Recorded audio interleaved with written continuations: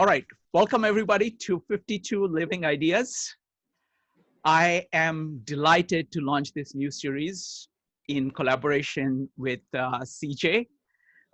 It's my honor to be working with CJ on this. So this is about comprehensivism. This is about how do you bring to bear all the fields on the problem that you are studying. It's being broad in taking in information and then being narrow in being able to bring all of that to bear on any point you're choosing to work on. So it's that combination that we're talking about. I have been interested in this and been working on it for about 25 years. And some of the folks here, I'm sure on the panel, and as well as lots of people in the audience are in the same position. And there is so much to learn from each other. And this entire series is designed to do that. We have some incredible meetups coming up. Next week, I'm going to be doing a meetup on Sullivan and his idea of art of expression. How do you create art? How do you work so that it speaks to every human faculty of our physical nature, our emotional nature, our intellectual nature, our spiritual nature, and how do you actually make it work, our social nature? Then CJ is going to be talking about the entire history of inquiry and action. And then I'm going to be talking about Mortimer Adler and his work on the Great Conversation and the Syntopicon.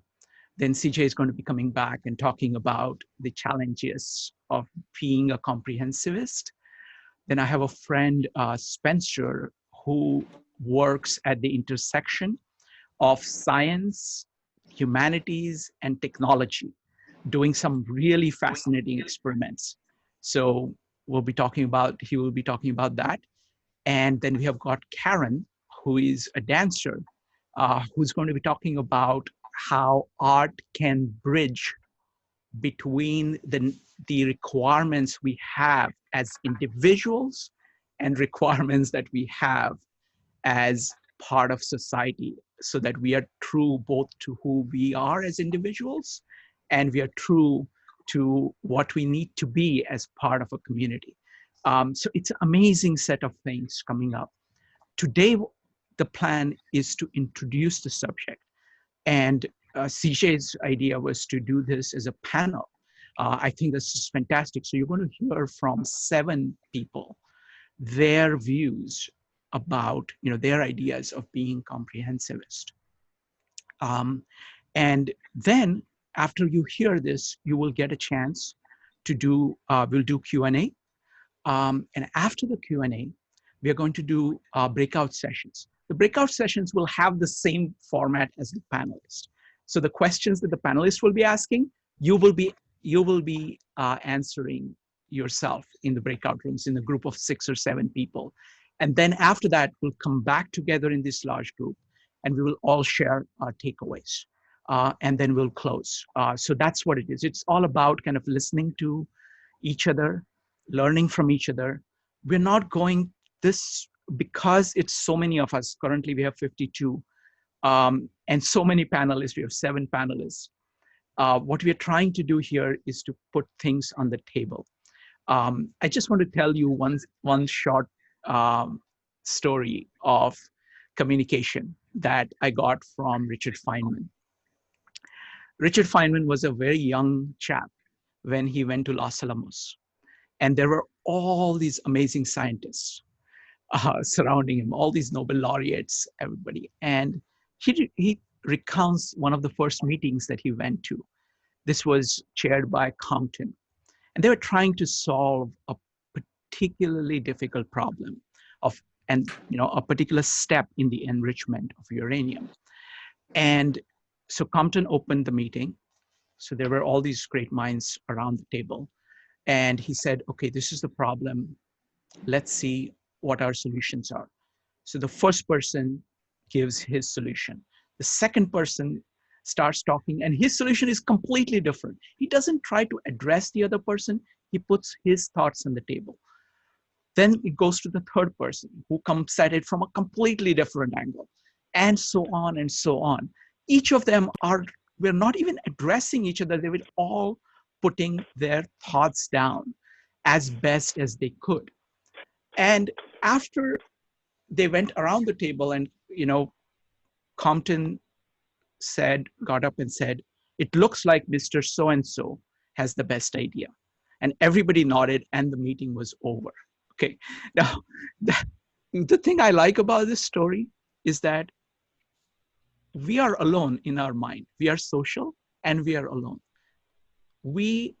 Each of us is committed to the truth. And that is far more important whether we are right or we are wrong. So this is a chance to listen to each other, to hear everybody out and put our thoughts on the table and learn from each other. Okay, so that's what we're going to do. So let's get started. I'm going to start with CJ. CJ, I want to ask you the first, so first we're going to ask the first question to the entire panel. And that is about, how did you discover comprehensivism? How did it grow on you? And how do you use it? Go ahead, CJ. Okay, well, I think we're all wired for comprehensivity. If you think about a Neolithic hunter-gatherer, they acquired vast amounts of geographic, chemical, physical, and sociological knowledge long before the first book was written and the first school was organized. It may not have been until guidance counselors and our relatives anxious about our economic success and our managerial classes anxious to maximize our productivity and narrow casting us into mental categories deemed best to use our faculties to maximum efficiency, that we lost and became more specialized. This ever winnowing tendency gradually turns most of us into over-specialized cogs in the wheel, so that we no longer have the conceptual tools to understand the big picture, how the world works, or each other. We become victims of this widespread disease now afflicting humanity, an overwhelming sense of fragmentation, disorderliness, incomprehensibility. I learned about comprehensivity and comprehensivism from R. Buckminster Fuller, who I started reading, taking breaks in college. Bucky wasn't part of the curriculum, but I read him anyway.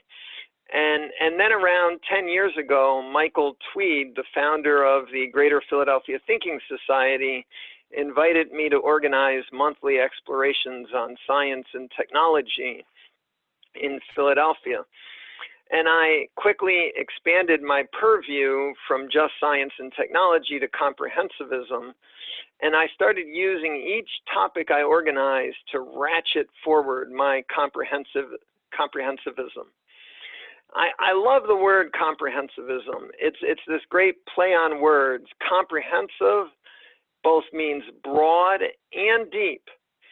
And there's also the word comprehend overlaid. And comprehend means to understand or grasp fully and thoroughly. So maybe I'll leave it there. Thank you, CJ. Mitzi. So it's going to be Mitzi, Sanjay, Deborah, John, and Joe in that order. So Mitzi, what about you? When did you discover comprehensivism?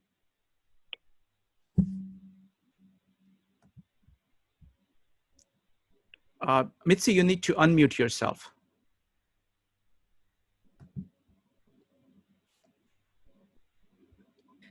Go ahead. All right. So I recalled something, and that was when I was in my, early 20s, the Whole Earth catalog came out, and I acquired one. And the times were about re-examining a lot of things. We had this big cultural upheaval. It wasn't just, peace and love and the anti-Vietnam War. It was, questioning the status quo and consumerism. It was so many things. And the Whole Earth Catalog was comprehensive. And it was obviously looking in unique and creative ways to problem solve, to make a geodesic dome. And Buckminster Fuller was introduced to me, and many minds looking at, ancient technologies to build a, mud, teepee or, dwelling, and, so many interesting things from technology, not just, older Mitzi, traditions. Mitzi, there is your connection is not good, so I'm going to turn off your video. Please continue talking. I'm just going to turn off the video. I think the audio quality will go up. Okay. Go ahead. Okay, so the Whole Earth Catalog was one influence. And then I got a little older and I was attending Penn, and I took this class that was politics, evolution, and computer simulation. And there was put together this interdisciplinary look at evolution, referring to complex systems which evolve and they're adaptive. And so you can use that lens in analysis of political things. And the way in which you look at complex adaptive systems is maybe through computer simulation as one of the ways to get some insight. And so I had my mind blown that we could use computer simulation to understand a very complex world and in a comprehensive view, because many agents, many things were going on at once. And that was a big eye-opener that I think is a direct lead-in to comprehensivism. And in addition, the interdisciplinarity that you spoke of, Shrikant, I encountered when I took an economics class, and there was a mention of tragedy of the commons, and simultaneously I'm over in a philosophy class and tragedy of the commons is again brought up.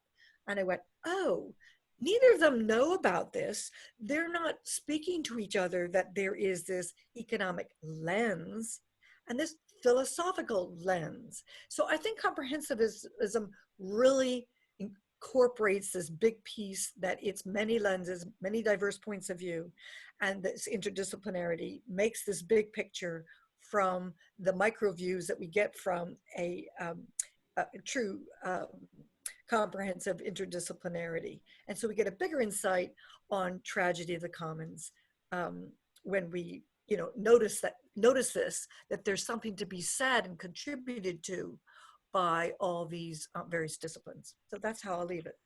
Thank you. Thank you. Next up is Sanjay. Sanjay, what about you? How did you discover comprehensivity? Yeah, so I remember ideas of comprehensivity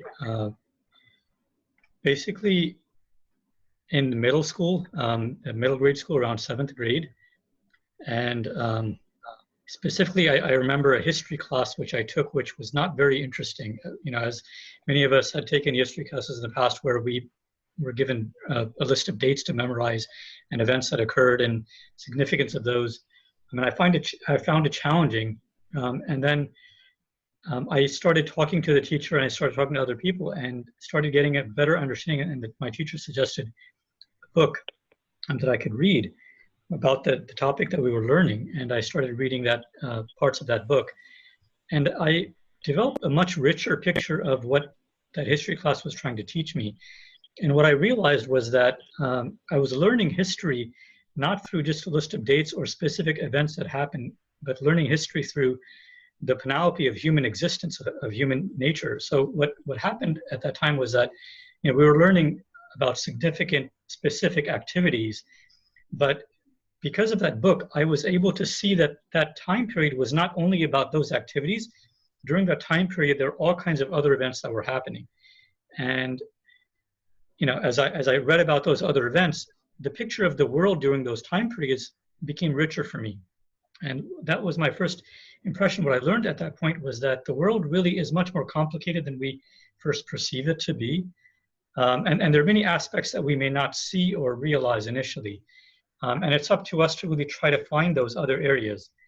and you know, one way I can explain this is, you know, CJ at the beginning of his description, he described it arising out of our brain, the way our brain is structured. And I completely agree with this, that our brain basically has, you know, in a simple sense, we can say two parts to it. The neocortex, which is a thinking brain, and the older limbic system, which, you know, Daniel Kahneman, he describes it as fast thinking and slow thinking. And so whenever we see anything, when we experience anything, our brain sees both of that. And so to me, that's, once I realized that aspect of it, I started seeing more and more of this. So as I grew and went into high school, I became more interested in a lot of different subjects. I started talking to people about many subjects, not just the subjects that were being taught in our classes, but I tried to look for relationships between these subjects and try to talk to people about how they saw things, you know, what they were learning in class, or how they heard the same lessons that I heard, how they were interpreting it. And not only did that help socially, but that also helped in terms of seeing that people saw things in a different way. And I continued that in college, obviously. And now, I mean, I think that this comes intuitively to me because I feel I've been doing this for several decades. And when I learn about something either new or relearn something or revisit an area, I get, you know, usually my mind thinks of things in both the analytical way and also the emotive way. So my, you know, both parts of the brain basically try to think about the topic that I'm looking at and come up with ways of looking at it. Wonderful. Thank you, Sanjay. Next up is Deborah. Go ahead. Okay, thank you. You know what, you took my breath away, Sanjay, because that was such a perfect segue into what I'm planning on saying. It's just incredible how this is working out. So I think from a very young age, I was interested in being a comprehensivist without knowing what the term was. My father had to travel for business all over the world, and he'd bring pictures back home and he would explain it to us, and it made me really curious about the world from a very, very young age. And I always talk from the point of view of a teacher because I'm really immersed in my profession. And so I want to mention a little story really quickly. When I became a teacher, I just thought, oh my goodness, now I need to know everything about everything. And so, for example, I'm in Mammoth right now, and when I was here in Mammoth, I got news after I was in the layoff in 2008, 2009. I got news on Friday that I could start teaching on Monday, 7th grade world history, just like Sanjay was just talking about. And all of a sudden I thought, oh my gosh, I better scramble, I better figure this out. I have never even studied this subject, and now I need to teach it. So, for example, what I did over my Thanksgiving break is I was ready to teach Islam, which we teach in 7th grade. So instead of just reading a book about it, I flew to Istanbul and I sat in mosques and I just immersed myself in the feeling. I talked to as many Muslim people as I could, really open-mindedly, really curiously, and really respectfully. And I asked a lot of questions. And then that way, when I went back to school and I was teaching the unit about Islam, I felt like I could teach it at a deeper level. Because just like Sanjay, I was bored with history as well when I was growing up. And I didn't want to be a boring history teacher. I wanted to teach outside of a textbook. So that is the embodiment of constructivist in my life.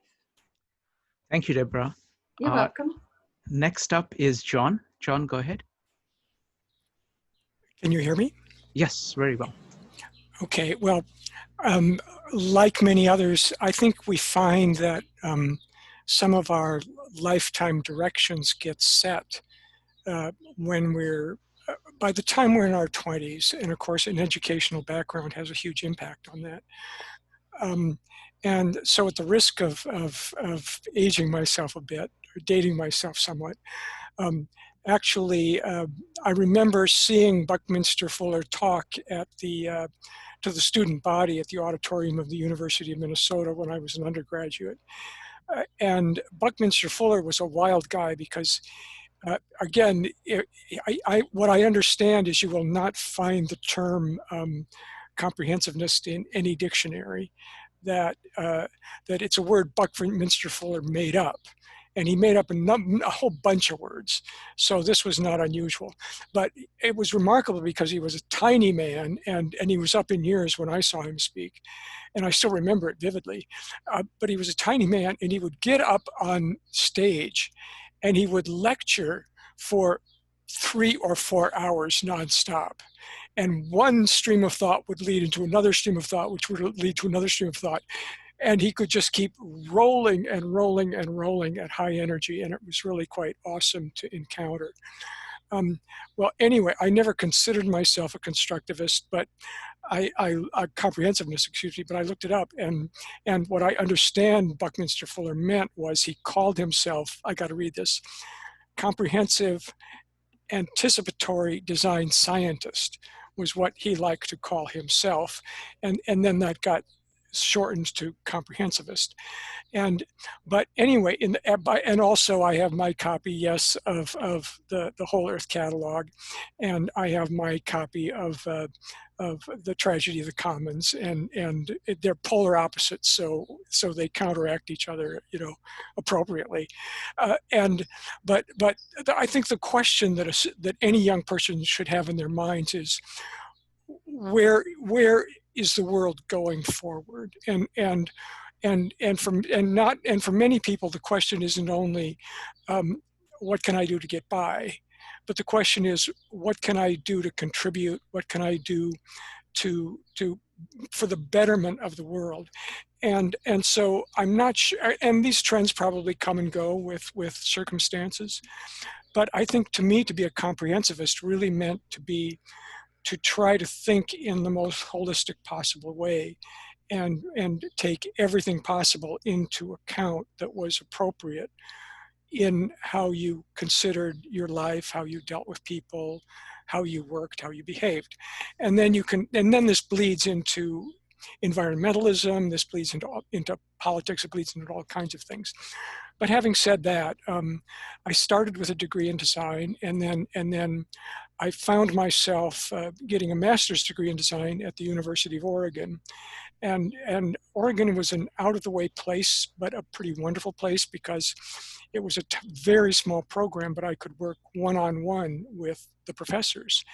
And because it was so far out of the way, it attracted really smart people with very impressive backgrounds, just because they wanted to get away from the noise and confusion and be in a quiet environment and think for themselves. So I spent 2.5 years working with a very impressive structural engineer named Stephen Tang. And Stephen Tang's story, so he became the chairman of my thesis committee, and I worked with him one-on-one for 2.5 years. And his story was fascinating. He had come from China, from a wealthy Mandarin family. He arrived in the United States before the revolution and before the war.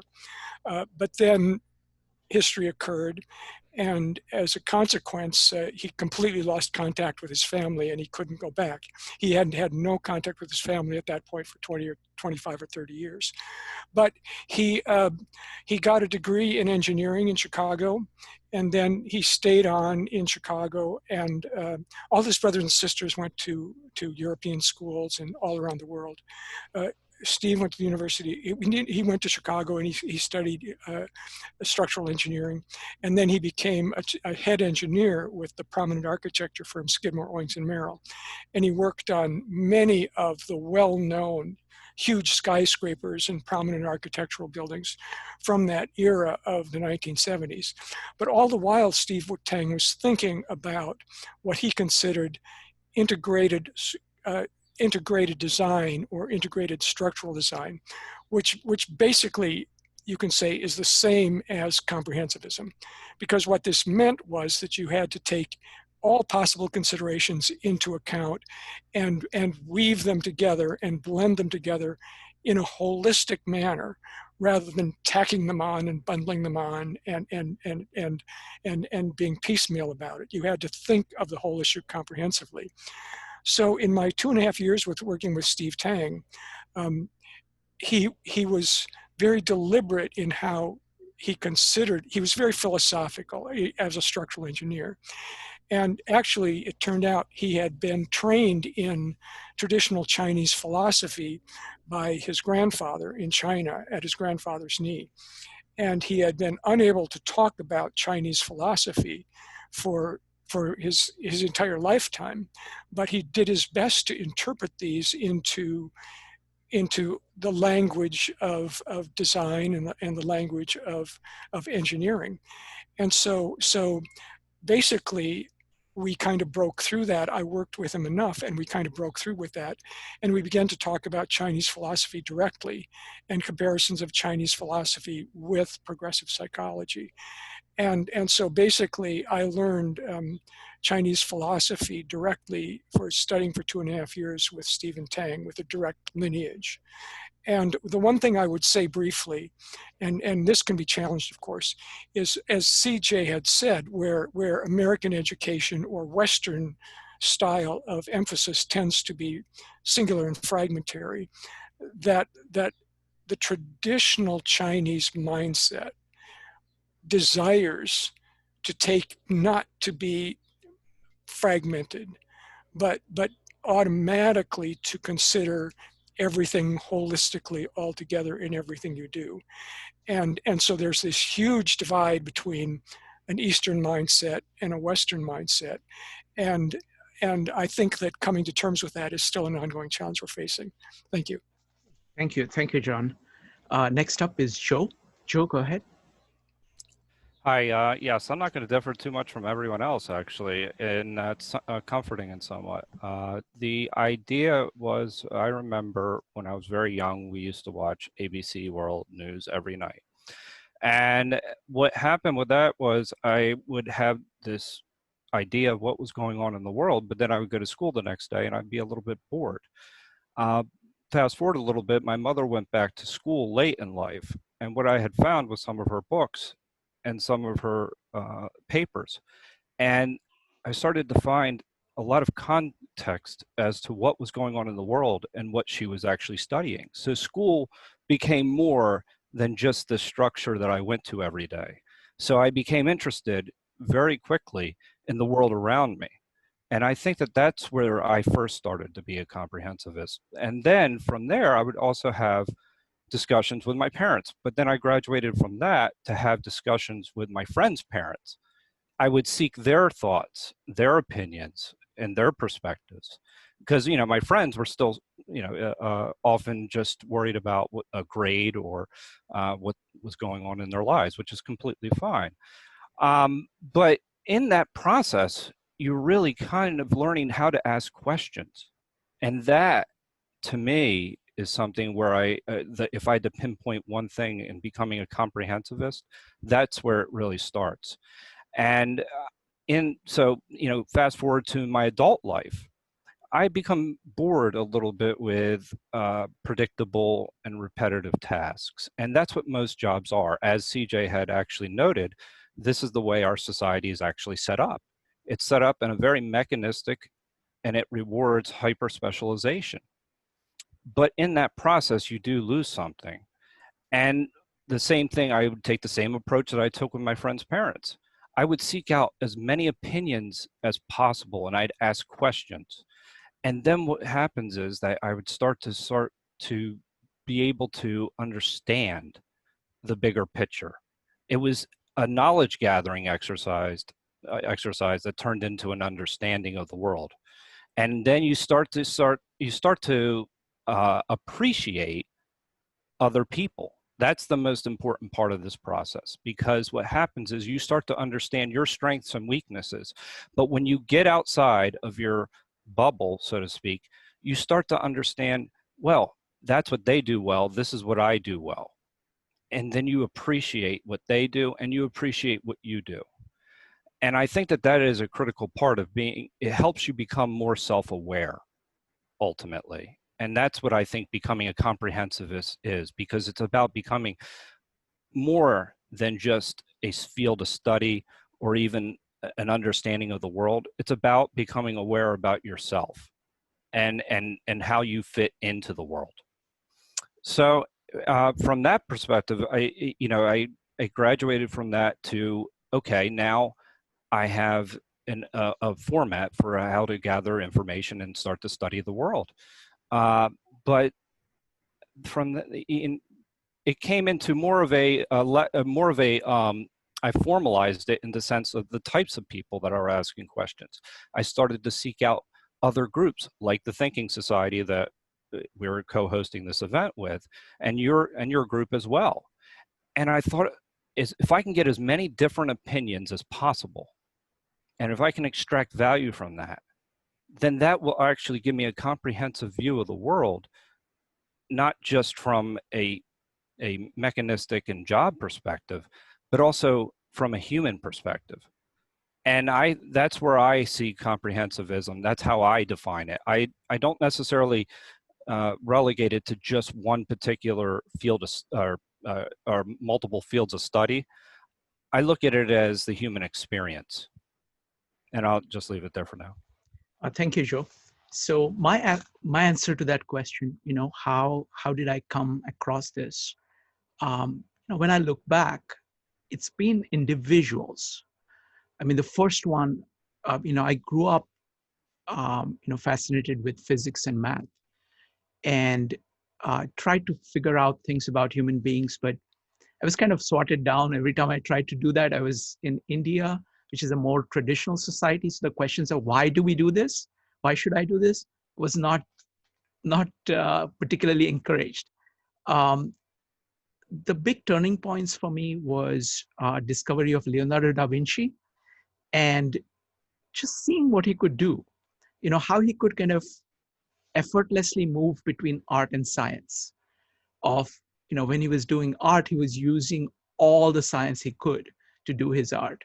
And when he was doing science, he would use all the art he could muster to measure things, to come up with all kinds of ingenious ways of measuring things. So Leonardo was one of the first thing I really tried to take in as much. I traveled to Florence. I went to UCLA to look at the Codex Atlanticus. So that was one first person. The second person who was really big influence on me was Louis Sullivan. That's what me and my friend Sherry are going to be talking about next time. Louis Sullivan, his idea of form follows function. It's still my number one principle. I can use it anytime. Anytime I use it, I get dramatically new insights on whatever problems that I might have been looking at for a long time. It creates fresh insights every time. And it doesn't matter what field I'm looking at. And then the third one, which has been very influential, which is very different in its nature, is Mortimer Adler's work. The Syntopicon, where what he tried to do was he tried to put together all the philosophers, scientists, and novelists, and psychologists, and historians, put them all together and ask the question, what do these people talk about? And on these ideas, he created almost a conversation between all these people across all these fields. The method of that is very different. It is more analytical, organizing. It's kind of integration by parts that he does, which is very different from Leonardo's method or Louis Sullivan's method. Both those methods are very similar to each other, but this method is completely different. This is kind of the more analytical way of doing the same thing. And I learned a lot from that. I also had a couple of friends who were amazingly good at doing this. So I learned from them. So it was all about seeing it in action because it is so rare in today's world. And so I'm completely sold on it. And so I'm hoping to learn a lot in this series, not only from the panelists, but from the attendees and all the people who will show up week after week to talk about this. So the next question, we'll go in the same order again, is what is comprehensivism to you? And what do you see is the potential of comprehensivism for the world? How can world be better if more people approached world that way? So CJ goes first. So it's going to be CJ, Mitzi, Sanjay, Deborah, John, and Joe.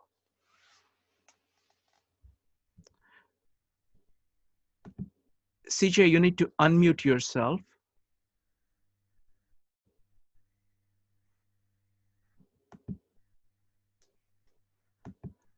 It's not unmuting. Yeah. Is my computer working? Yes. No, now you're good. Now you're good. Go ahead. This is weird. My computer microphone's working, but my computer is not producing sound, so I still need the phone call. Okay, so I think there are a plurality of ways. CJ, I think the sound is still coming from your phone. So it's still coming from yeah, my phone? Yes, yeah, you're speaking. You need to speak into the phone. Go ahead. Okay. I think there are several ways to think about this. Comprehensivism, what its potential is, and what the approach means. One way to think of it is like from an individual's point of view. And for individuals, I think comprehensivism offers the chance to better understand the world and its people, to begin to grasp how it's all connected, so as to counterbalance the sense of fragmentation, disorderliness, and incomprehensibility that all of us feel from time to time, and that can predominate when our perspective is too narrow. It's also for individuals a navigating tool, a tool for navigating our complex global civilization. At a civilization scale, I think comprehensivism is essential to citizenship. To be a good citizen, we need to judge what ails society, what kinds of infrastructure might be needed or not needed to keep the trains running, the pantries stocked, and the pandemic under control. We can't be good citizens if we aren't comprehensively informed about how our civilization works and how it could break down. And then at a third sort of higher level, philosophically and technologically, we need to imagine the ideas that might change the world or improve the world. And we may not be able to imagine them without many, many examples and metaphors to choose from, and we can't grasp their ramifications of any philosophical or technological change we might want to make without a comprehensivist assessment. So in general, comprehensivism seems to be essential for general adaptability so that we can explore any and all possible futures. Buckminster Fuller wrote an operating manual for Spaceship Earth. We have not been seeing our Spaceship Earth as an integrally designed machine, which to be persistently successful must be comprehended and serviced in total. So that's both philosophical, technological, citizenship, and individuals. Thank you. Thank you, CJ. Next up is Mitzi. Go ahead. You need to unmute yourself.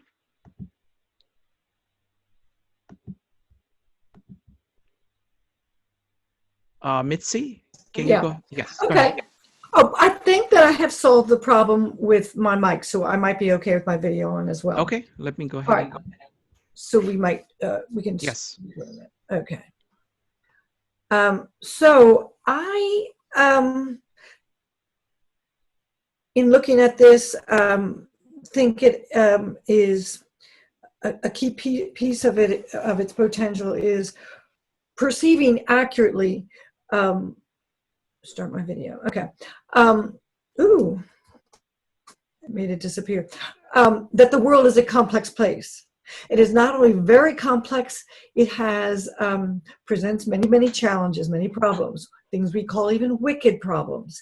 And they're the way they are, like the coronavirus or many other issues, because there's many agents, so many agents, so much of the environment, so much contingency, so many chains of causality, so many specific contexts, that it is almost like chaotic to try to think of and wrap your hands around.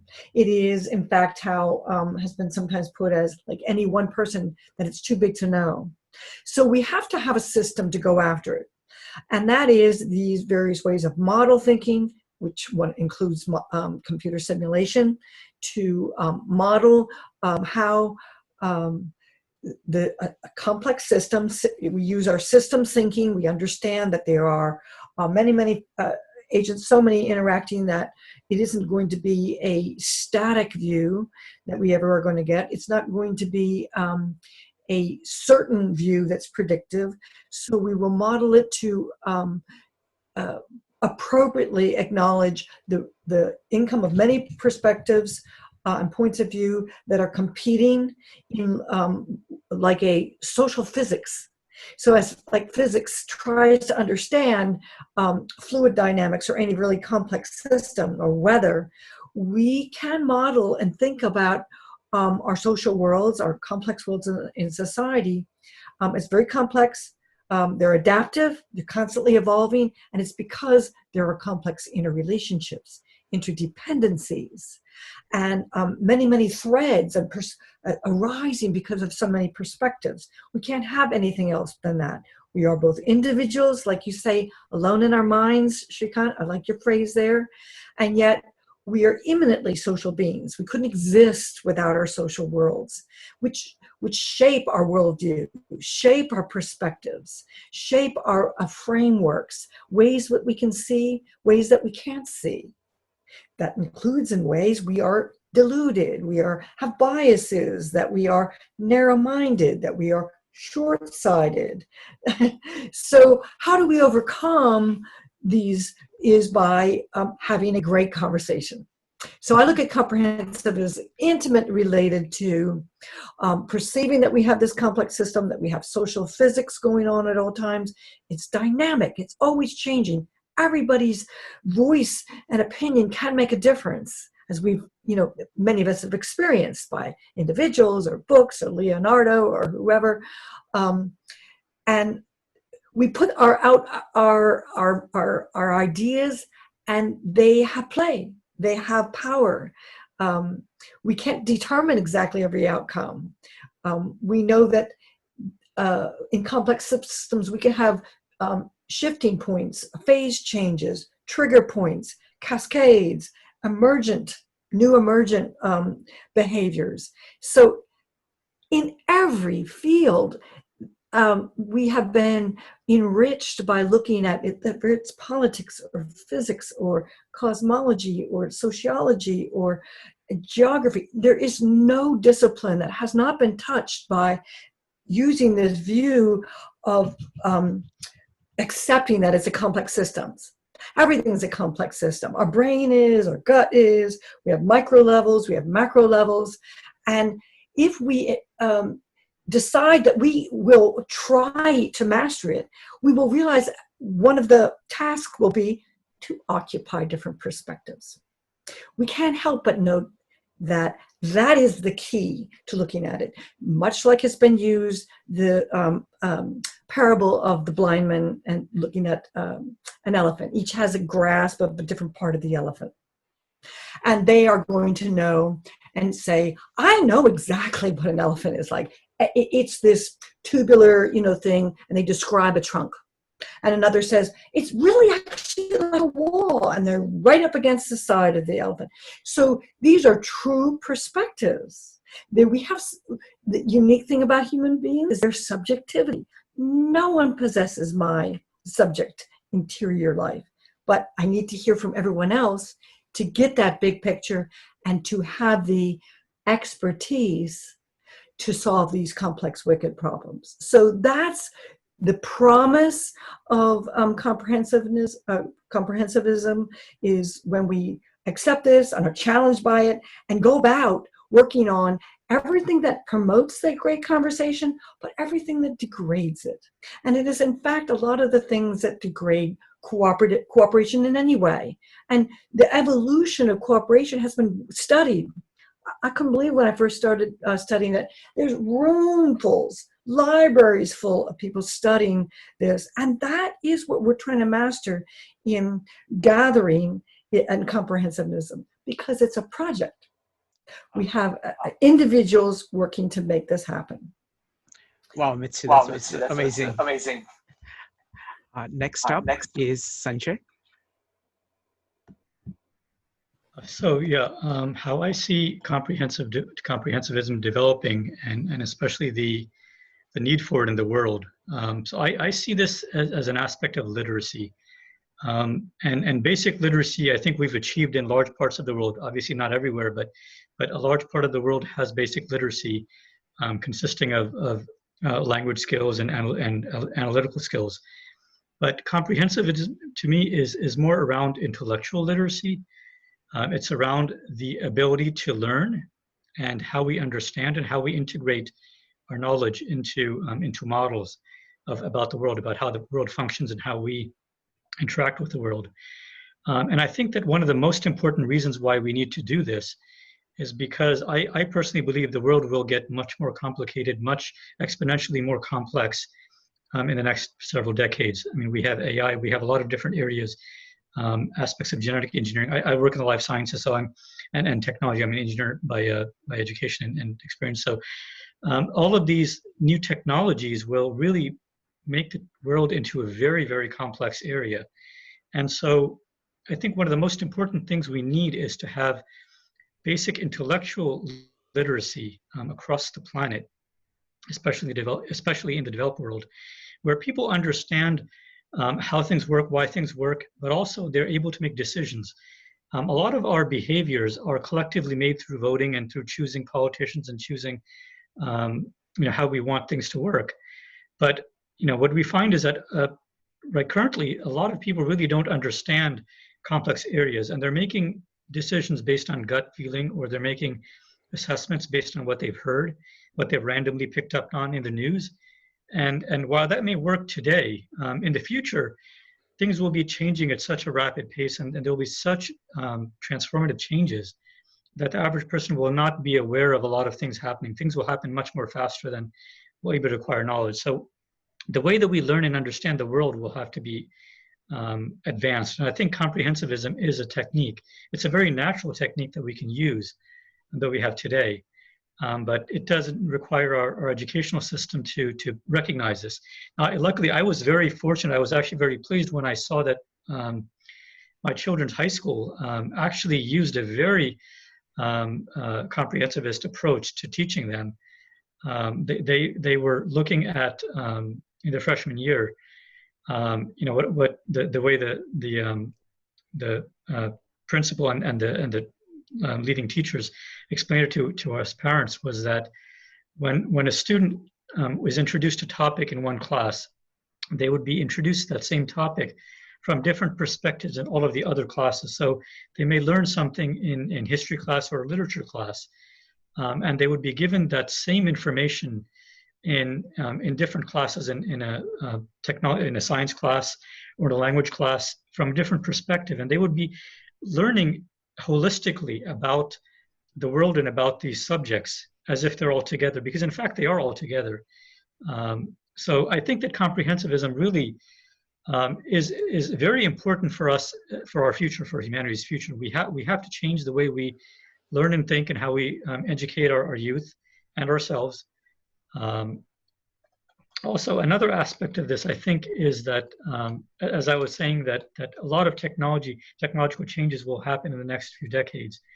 And so the understanding that we have today is learned through our random exposure to knowledge, to areas of knowledge. And in one sense, even our educational systems have some bit of randomness. So we do have curricula, but even then, the instructors and teachers that we have and the loves that they have, because I think a lot of times that the people that are in our lives, especially the teachers, as I was thinking about this topic, a lot of the teachers that I had early in my life and later in my college years came back to me, and I realized that their approach to and their passion for the subject rubbed off. and only some of them really showed a passion which was very important for me, which helped me to pick up on and develop the same type of interest and love in those subjects. And not just passion, but also their personality. I mean, my calculus teacher in high school was very, very funny. And he would always challenge us, and things like that. You know, they're simple things, but that's really what it comes down to is you have to have the right people. But in a sense, these are random events that happen in our lives. We're randomly exposed to ideas and people, and in the future that may not be sufficient. I think that will not be sufficient, because there will be so many areas of the world that will not be dispersed across the planet, across people, that we cannot rely on just being presented with knowledge by the few teachers that we run across. We will have to take an approach where, we subject ourselves to, we expose ourselves to much more than what we feel comfortable with. That's one of the areas that, one of the questions that Shrikant posted in the meetups. The next question is what we feel is important for us as beings to be comprehensivist. And I'll touch on that later. But I think we really need to be open to changing how we learn, changing how we see things, and becoming comprehensivist. It will help all of us. Thank you, Sanjay. Wonderful. Deborah, I'm going to ask you, you're next, and I'm going to ask you a slight variation of this question, because you've been working with children for the past 20 years, Yes. trying to inculcate love of learning in children. So what would the world look like if children were taught this approach right from the beginning?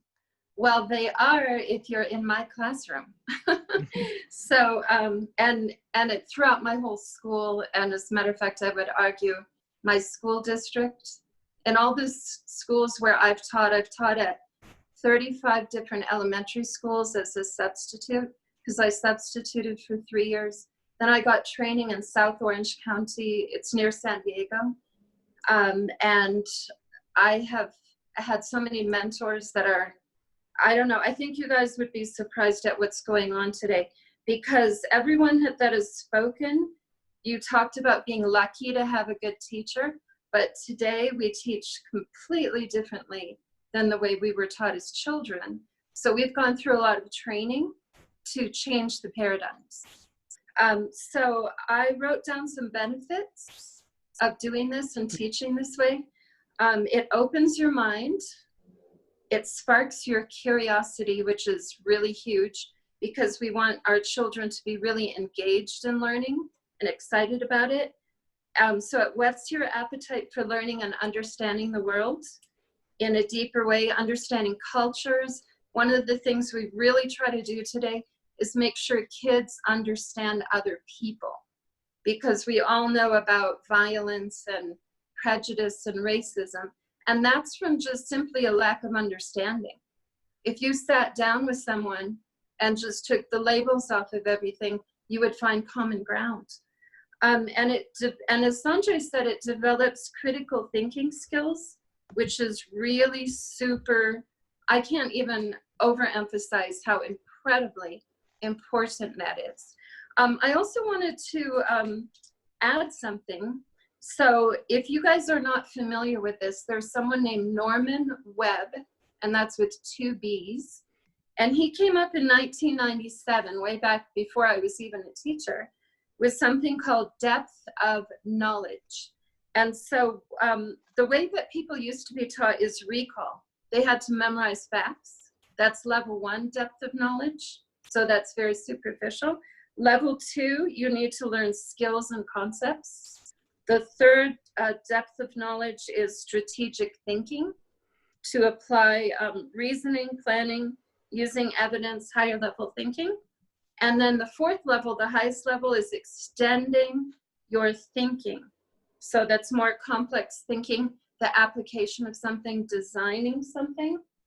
And then I wanted to, if you don't mind, I wanted to say that the depth of knowledge is the level of complexity in thinking, to be clear. That's the definition.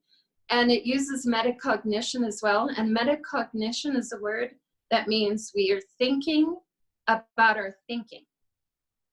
And that's a word that we use all the time in teaching. So these are things that we always think of when we plan a lesson. We make the kids, we urge them to think about their thinking. So you start by asking questions. What is, why can birds fly? I mean, that's kind of a dumb question. I could probably come up with a better one.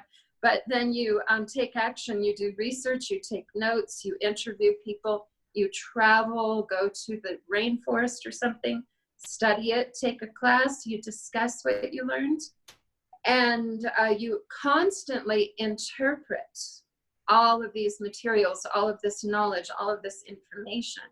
Use critical thinking skills. Does this make sense? Is it corroborated somewhere else? And then our goal is to understand something conceptually. How does this fit into the world? How does it fit into a structure, a belief system? And that's our goal. And so I hope that answered your question. Thank you. Thank you, Deborah. You're welcome. Next up is John, followed by Joe. John, go ahead. Yeah, thank you. I'll be very brief at this point, but excuse me. That I think that one thing that can be said is that in approaching any issue, any problem, any solution, any circumstance, that if all those involved can be impressed to soften their immediate assumptions and their immediate biases and look at what is happening fresh and carefully, that mindset in that sense makes a huge difference. And the second thing I would say briefly is that there are many things that seem to make sense in an expedient and short-term manner that don't work out so well in the long term. And if an attempt is made to incorporate or include long-term consequences in any decision, that at least begins to admit that complexities exist and leaves it open to, I think, make better adjustments when more awareness is available and other possibilities begin to become available. So that's enough. Thank you. Thank you, John. Next up is Joe. Joe, go ahead.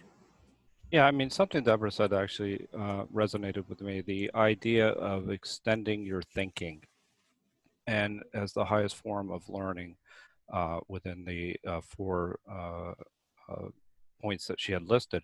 And I think that that's a really important point, because there's something a comprehensivist has to do, is that they have to be comfortable with uncertainty, because you're constantly challenging your conventional thinking and getting outside of what you're normally doing. And as you're doing that, there's a lot of struggle that goes on. But in that struggle is where you find the answers and getting back to something that John had said, you get into kind of a more of a long-term approach, because there was a term I had read recently about a generalist that was called desirable difficulties.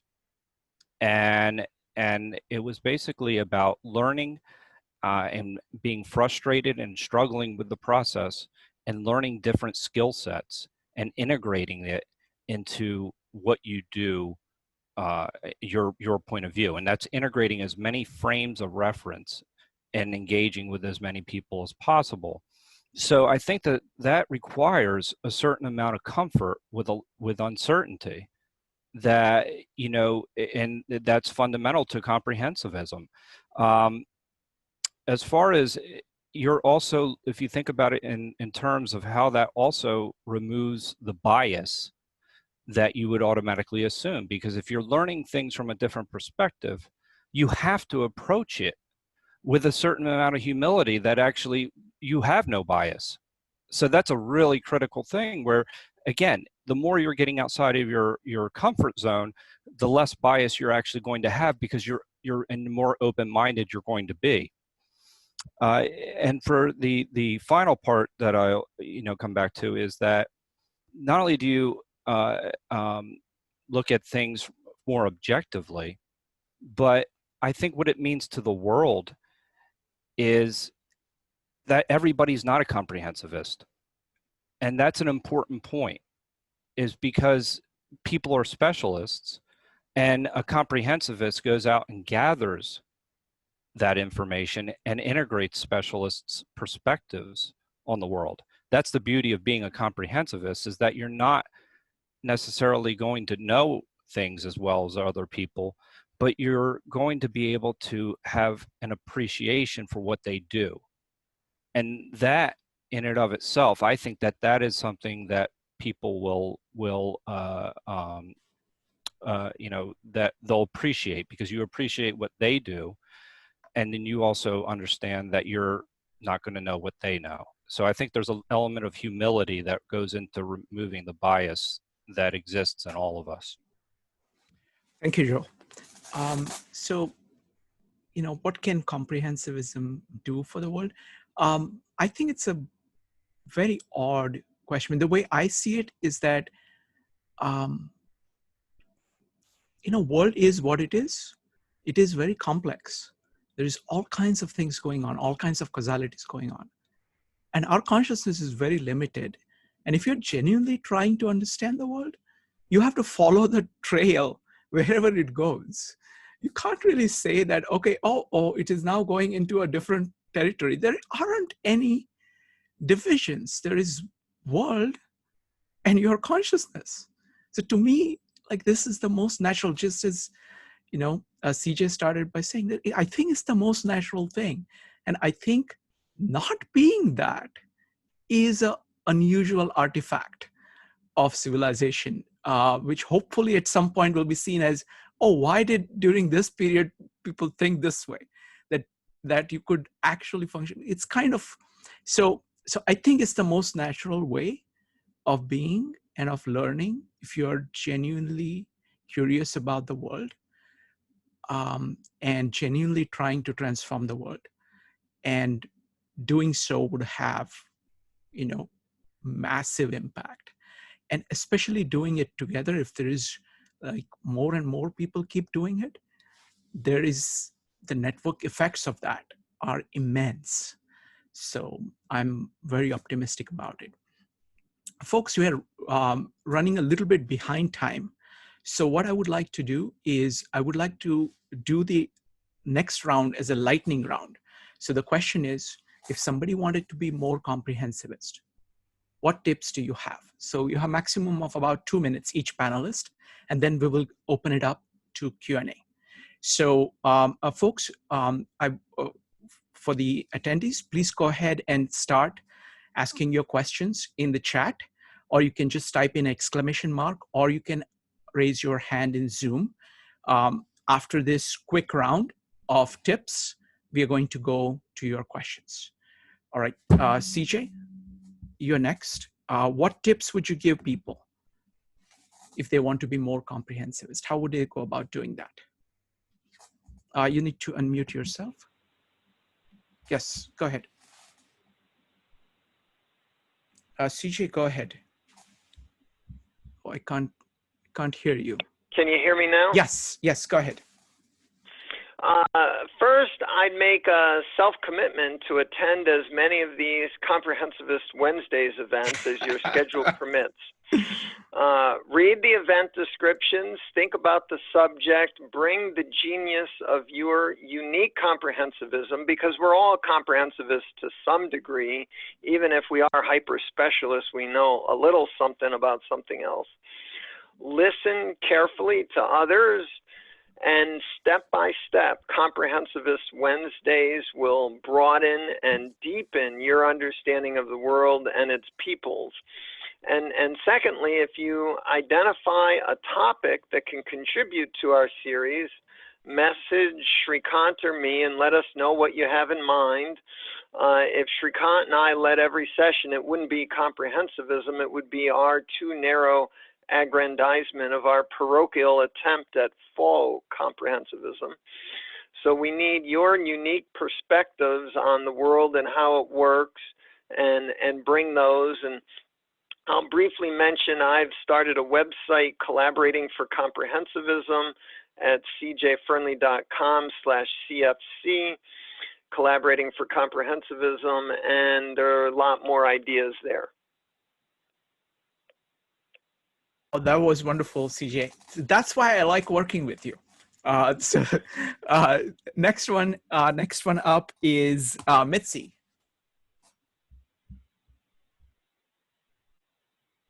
Mitzi, you need to unmute yourself. Okay, I think that people would be very happy to go to the Santa Fe Institute. Their website online has a complexity explorer in which they will find every field, every discipline, arrayed before them, and many, many people giving introductions to complexity ideas, dynamical system change, many viewpoints that will apply to them in some important way. I'm positive of it.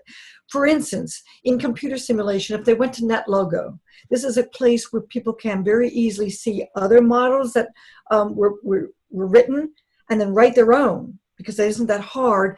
And they'll give an example of, for instance, why is it that we can see a formation of birds flying in a flock with a leader and a V-shaped flock? And there's 2 rules that you can learn that they use to guide themselves, and a computer simulation shows how we can understand this behavior by deriving rules. So that would be another one. Then I would have them practice this, tell themselves, and in every domain and every time that they're looking at something, to figure out how they might connect the dots in seeing in what area and arena are expressions made of showing understanding of causality and context and contingency. These are the features that are called, the C's of his history understanding, but they're true of any kind of trying to understanding of a complex system. So those questions should lead them to realize that what might be applied in one field could maybe be answers to another. And I would ask them also to look at metaphors that we live by, because metaphors are powerful engines of our complex abstract thought. That's it. Thank you, Mitzi. Next up is Sanjay. Sanjay, go ahead. So first, I think I'm going to describe a view of comprehensivism, which not necessarily everyone on the panel may agree with, but I think after I explain it, they may understand why I'm saying this. So, we talked about, some people mentioned generalists and specialists, and I think that comprehensivism really has to do with both. I think you need to be a generalist, definitely, but you also need to understand what specialism is about, and probably be one, at least in one area, because that's really where you get depth from. So both are very important. Now, in terms of people who want to try to practice comprehensivism and change the way that their mind works, I think in the beginning, and this part is actually a little bit difficult. It will take many years, but you have to start it in the sense that you have to start to build a mental model of the world, of everything that you understand today. And as you go through life, you have to basically compare whether your model reflects the way you see reality or not. And this is, we naturally do this normally. Everybody does this, but we don't do it in a formal way. What I'm saying is the mental model is something that we need to be aware of, that, when you encounter any new phenomenon, you try to understand how does it make sense to me in my natural existing understanding, and does it fit or not? And if it does not fit, you may need to modify your model. You may need to adapt your model to explain this new phenomena that you're seeing.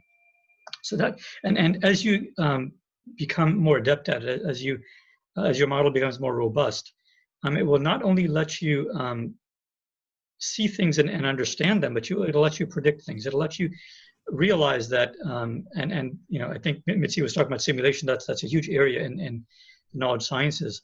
But basically, we as people are very poor at predicting, because most of us don't have a model of how the world works. But if you do this over time, over years, this will help us all to be better at it. I think that briefly, two words that I think are essential to being a comprehensivist is one, be brave.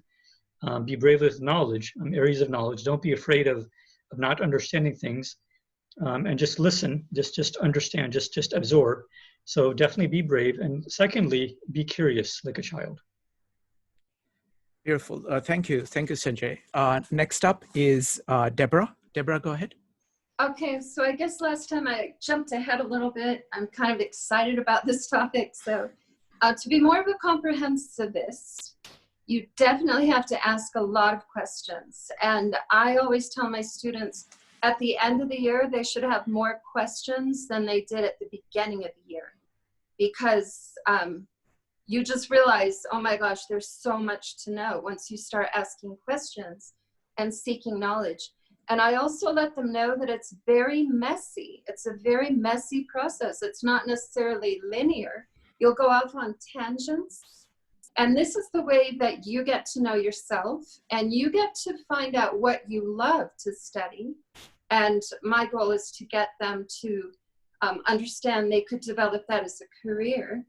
And then lots of action. Like, for example, when I travel, I really love to hear lectures and talks, especially in areas outside of where I live.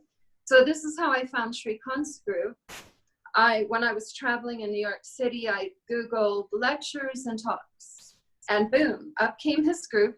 And I went there in person twice, and then quite happy, extremely happy that I get to participate every day if I want to now. And then I know a lot of people have said, have an open mind. Absolutely have an open mind. And then do a lot of listening, tons of listening. I know we all like to talk, but this is time to listen when you're learning. And I like how Joe talked about struggling, because we know that's when our brain is most active. And in teaching, we call it a productive struggle. So you're struggling, but you're producing knowledge through that process. Thank you. Thanks, Deborah. Next up is John. John, go ahead. Yeah, for myself, I've been pursuing 3 or 4 different directions that I find engaging for myself, and I suppose those fall in a comprehensivist category in that they attempt to be widening inclusivity. One of these has been understanding an interface between emerging psychology and neuroscience. There's a lot going on in that area that's very, very amazing. And another area that I've been pursuing is not only looking forward, but looking backward. And another synonym one might suppose for being a comprehensiveness is being a Renaissance person, Renaissance man, let's say Renaissance woman, let's be equal about this. And so I've been drilling back into Renaissance thinking and Renaissance philosophy. And in particular, I've been studying what precisely is the Renaissance conception of the 4 cardinal virtues. And I think these are very interesting because they attempt to be humanistically comprehensive, but also they attempt to incorporate everything that can be known about all cultures, all religions from antiquity going forward. And so obviously this could get to be a boggling topic, but I think that there are ways that if you understand those few people who became very pointed and very articulate about it, that it has something amazing to offer. So I would say, look as far forward as possible, look as far back as possible, try to make them work together. Thank you. Thanks, John. Next up is Joe. Joe, go ahead. Yeah, I'm going to second CJ's seek out groups like the Thinking Society and this meetup, because everybody on this panel has actually assisted me in becoming more comprehensive in my approach to the world. It was something that last week, I'm going to steal the Hemming questions from Hamming questions, I'm sorry, from last week, which was because that's kind of been my model all along, is that I seek out people and I ask them what are the most important problems in their field that they're dealing with. And usually I'm asking them within the context of their job. Then you ask them, you know, what is the most important problem that you're working on? And then, you know, if they're not working on something that's important, why or why not?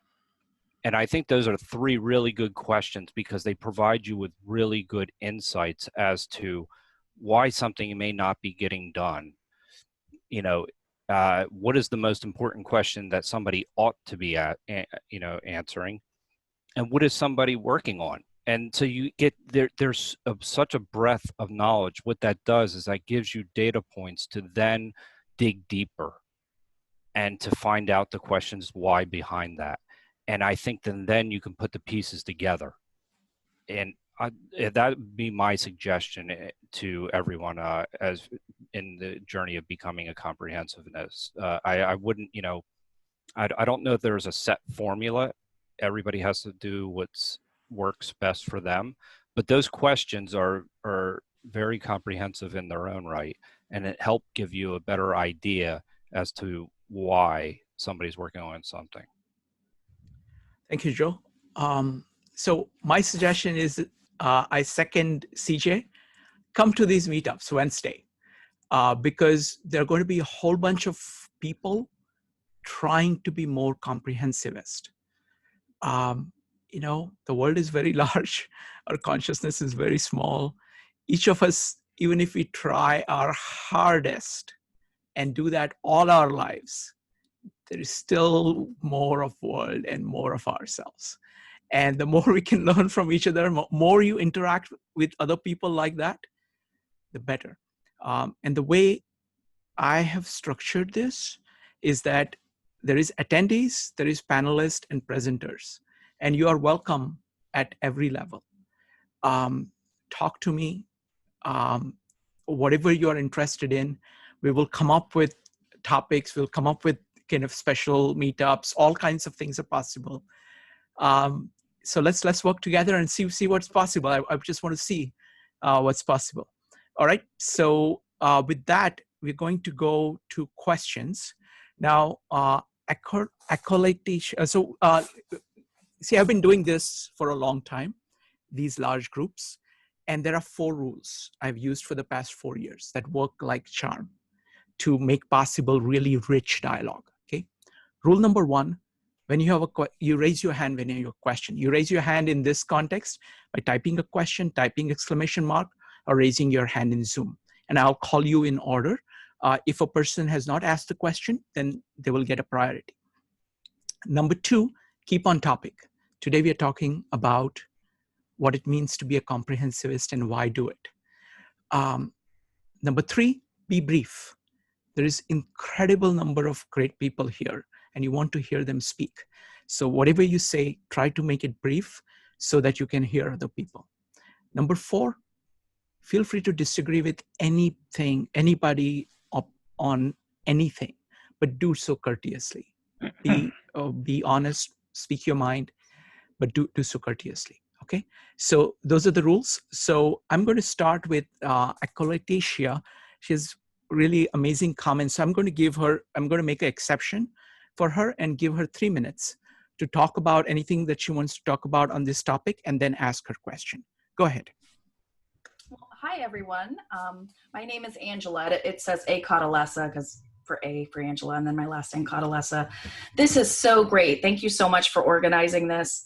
And thank you, CJ, for reaching out to me yesterday to let me know about this. I actually wrote my doctoral dissertation basically on this subject. And I've got a Facebook group and a YouTube channel, and I'm very passionate about this subject. I'm going to be speaking at the American Psychological Association convention in a few weeks, and I've been speaking at other academic conferences and writing on this subject. So I'm very glad to be here and meeting more people who care about this subject as much as I do. I guess the one thing I'll say, and then I'll ask my question, is I use the word polymath. It's not a good word. You guys are using the word comprehensivist. So I'll go with that for today. So the thing I think I want to have a slight disagreement with some people's way they're talking about it, and is just that I don't think it's that you are or you aren't one. I think there's a spectrum of being very, very narrowly focused in your approach to work and life, and then being very, very broad and deep in your approach to work and life and your consciousness, as you were saying, Shrikant. So that's the one thing I'll say as just a point of my opinion, is that I don't think it's either or. I think we all probably exist on this spectrum, and it's just a matter of how much or how strong you are in this realm. My question was, so in the current modern day context in 2020, and you know, I think generally speaking, businesses and people in organizations or in groups of people in schools, wherever they may be, I think there's a general acceptance that having a diverse group of people is important, especially now with, you know, what a pertinent time, right, for diversity in groups to matter with, you know, the Black Lives Matter movement and everything. So I think most people are on some degree of like, yeah, I can see the value in having different perspectives and different backgrounds in a group. But that's one thing. What we're talking about here is how can you be diverse as a person, basically? Like, how can you have diversity within your personhood? How can you have diverse experiences, diverse perspectives, diverse feelings, diverse knowledge? And so, you know, in my view, I will say, you know, there's value in both. Absolutely. We need diverse groups. And back to the complexity issue, in my view, the way that you become a valuable agent in a complex system is by being more diverse. Like if you are a narrow agent in a complex system, you know, maybe you've got an in and an out, you know, imagine a circle with like an in and an out or something. It's very basic. But if you are a multidimensional diverse agent, you're capable of contributing to the system so much more holistically and comprehensively. Another thing I'll say too, and then I'll open it up to the group to respond to the question as well, is a key difference between a diverse group and a diverse individual, in my view, is that if you have many different perspectives and capabilities as an individual, you can have sparks of insight in your brain that are pre-verbal, that do not require language. When you're in a group of people, because we're not telepathic, we have to go through this roadblock of language, and things get lost in translation, things are limited. So we need both. In order to solve the complex problems of our times, we need specialists who can be great contributors in a group that is diverse with individual members. But we also need diverse individuals, comprehensivist individuals, who can think of solutions and have insights that aren't so dependent upon this limited tool we call language. So that's a little bit of my perspective.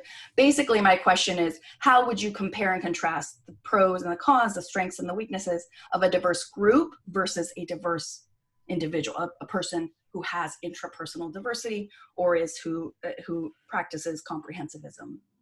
Thank you, Angela. And by the way, just talk to me and CJ about you know, being on the panel, doing a presentation, and we would be happy to have you present here and just talk to us. Okay. All right. Thank you so much. Okay. All right. Who on the panel would like to take the question? I guess I could give a kind of a basic answer because I try to expose myself to as many different people as possible. So for example, I have friends from all over the world. So I've been to 45 countries so far. And when I meet someone, I try to make sure I maintain that friendship.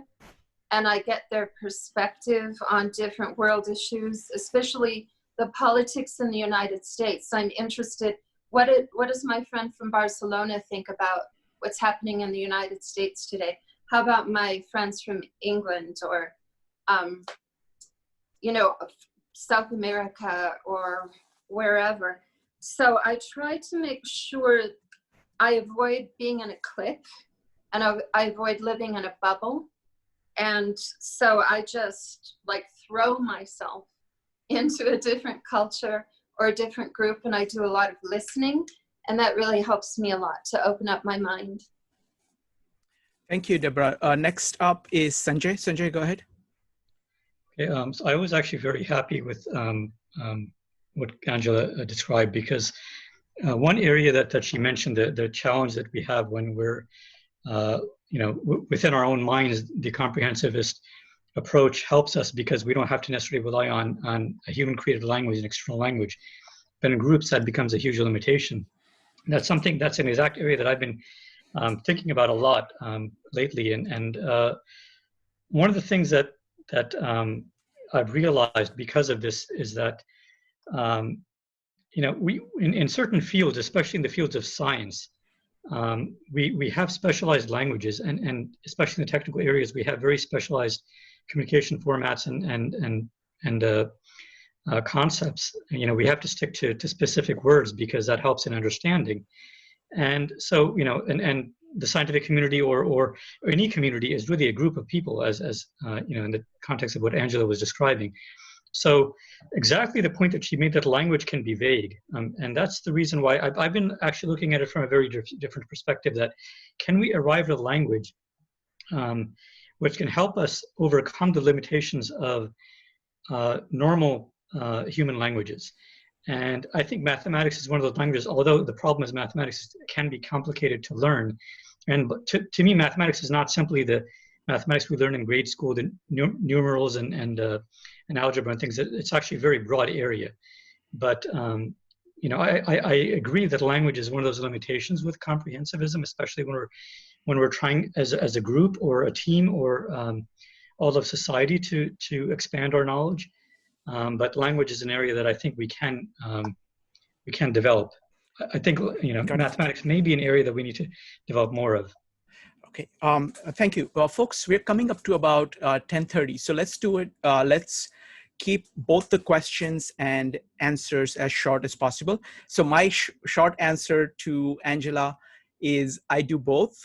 I do diverse groups I did that by moving to New York, which is the most diverse city, and by running meetups that attract people from all kinds of backgrounds who are like that.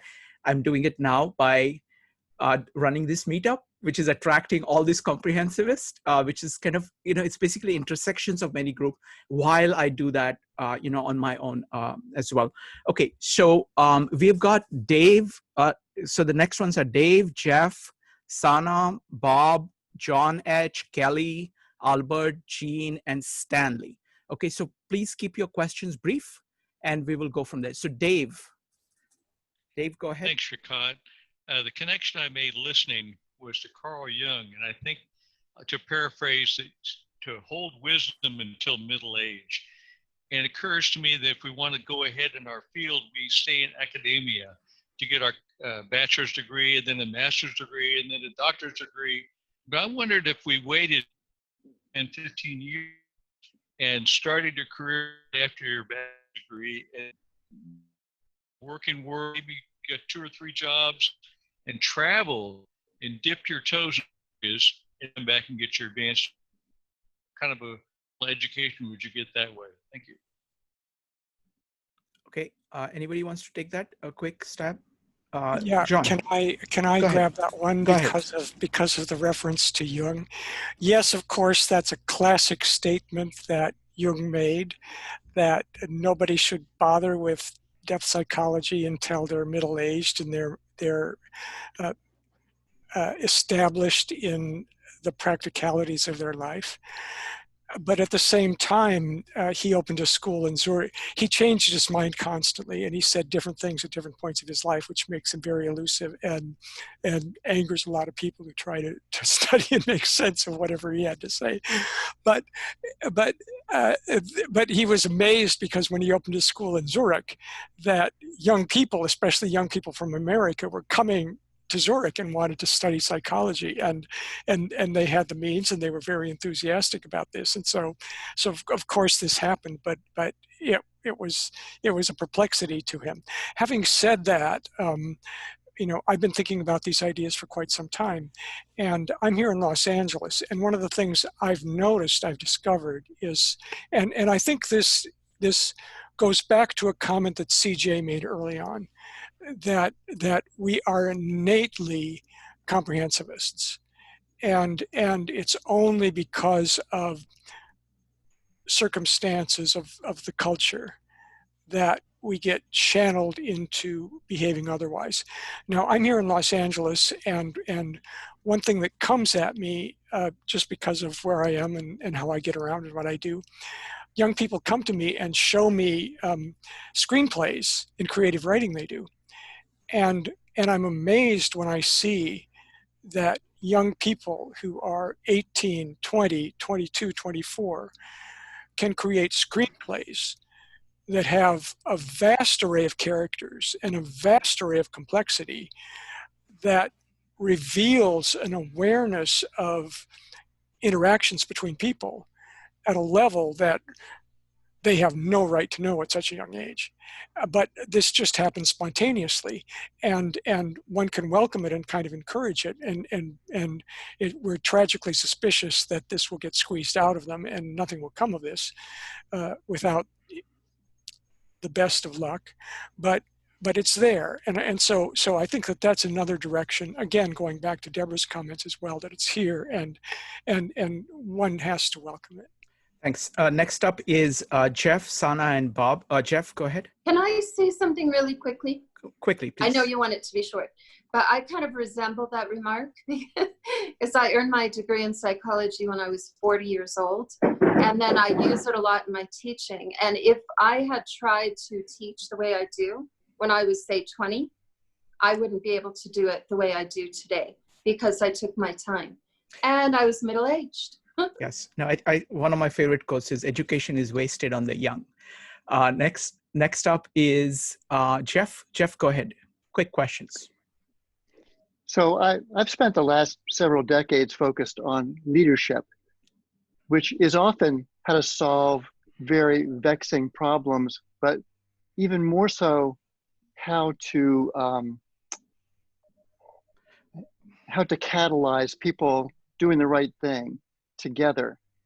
And in my experience, as hard as it is to find the right answer to complex and vexing problems, it's even harder to persuade and mobilize and inspire or convince or coerce, people into doing the right thing. And so my question is this: comprehensivism, from an idea standpoint, might be represented as a diagram with a bunch of circles, forming one large circle, and then draw lines connecting all of them, because everything is connected to everything. But replace that now with people throughout the world or throughout a country, and draw lines between all those people. How does comprehensivism help us to achieve both things? Not only getting the best answers, but actually leading a country and the world in a way that it can be saved and thrive. Okay, who would like to take that? I can give it a shot. Go ahead. I mean, and I know that this is something that's important to Jeff, is the idea of ethics. I think that that's perhaps the most important thing in this process, is that not only you're a comprehensivist in learning, but that you're also ultimately, mapping it back to principles that enable you to not only be compassionate, but also to act in a just way. And I think that that's the only way that you can integrate that kind of that many perspectives and that perspective on the world. If you don't have ethics and you don't have honesty and truth and things along those lines, then you'll never be able to really accomplish anything. Thank you. Sana, you're next. So Sana, Bob, and John H. Yeah, I just want to salute everybody, including Shrikant, on giving out piece of your knowledge in this panel and in every meetup. And I think this is a duty of every comprehensive to go out and share this knowledge. You need to mentor people. You need to help people through the journey that you went through, and not just keep the knowledge to yourself, because many people, they just keep the knowledge and use it as a way to judge others as inferiors. So I just want to thank you all. Okay, thank you. Next up is Bob. Bob, go ahead. Bob, you need to unmute yourself.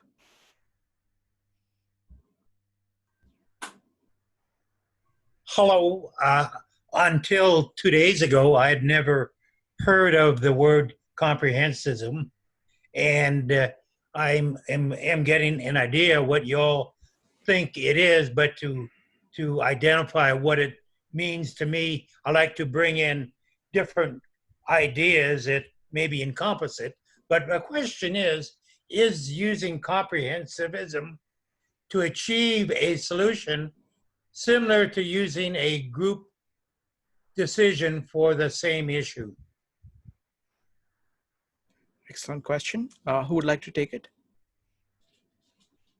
I can, yeah, I can address that also, maybe. Okay, Sanjay and then John.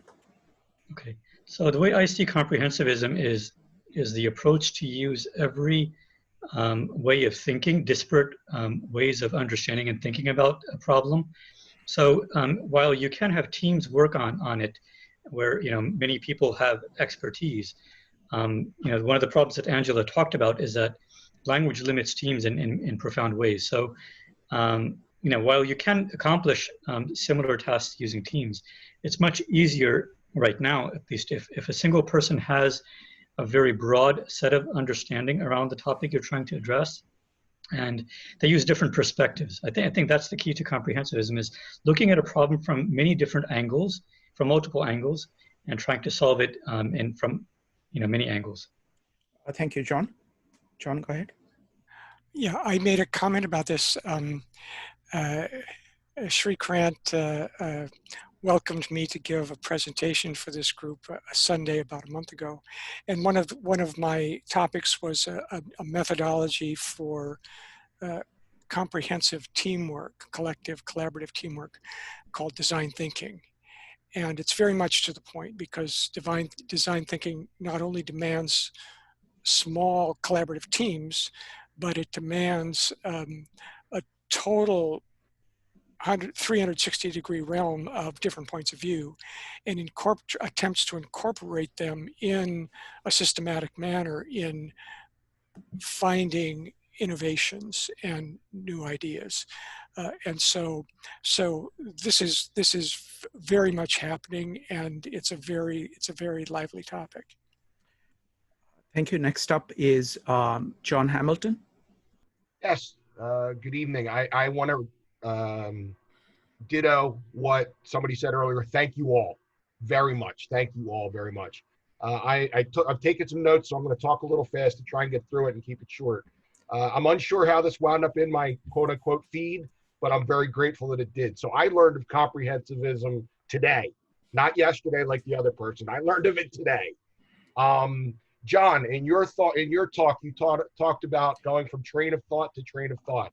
I don't know where that was from, but I've thought about that since I was in college, which, as you can see, was John, let me interrupt you.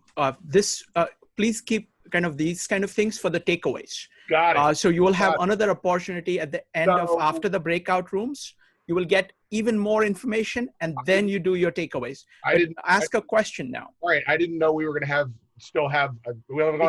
So anyway, if you're doing topical research and you look at it from numerous perspectives, is that comprehensivism, or is that personal diversity? And then the other thing I would ask is, if you're telling a full story rather than limiting it to a part that supports a narrative, which is very common right now. Is that comprehensivism? Is that personal diversity? Thank you, John. Who would like to take that?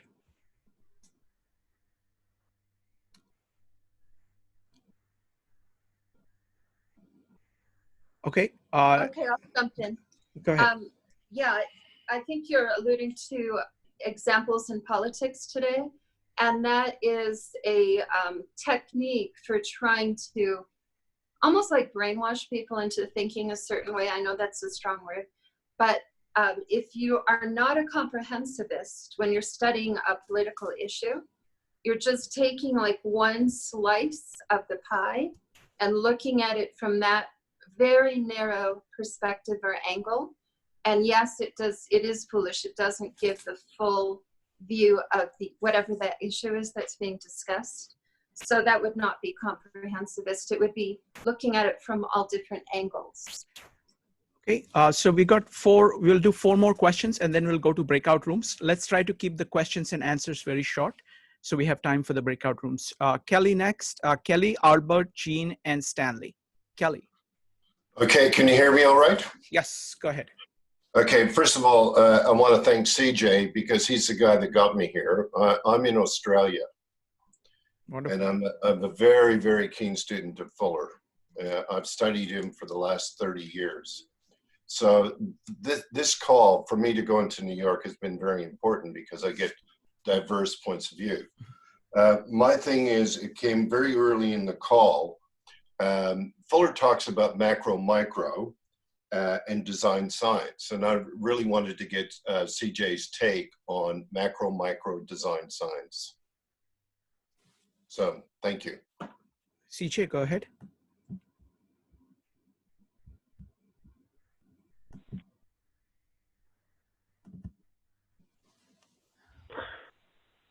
Yes, Kelly,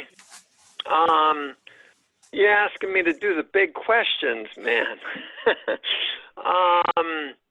Micro, macro, design science. How do I say it in a word?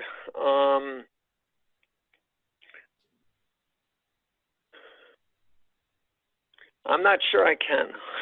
I don't have anything pithy. Let's do a whole topic on this. Okay, well, you know what I would say to you very quickly. Fuller says always start big. With your biggest thought that you can possibly have, start at macro and then start designing and it'll go in anyway. But I wanted to get a different point of view on it. So. I like that. I'll come at it the opposite way with Bucky's intellectual development game, which started at the individual and then abstracted more and bigger and bigger. So I think he came at it both ways.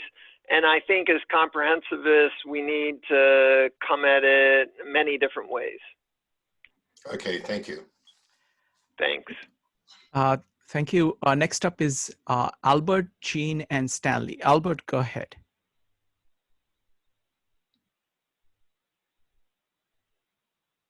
Albert, you need to unmute yourself.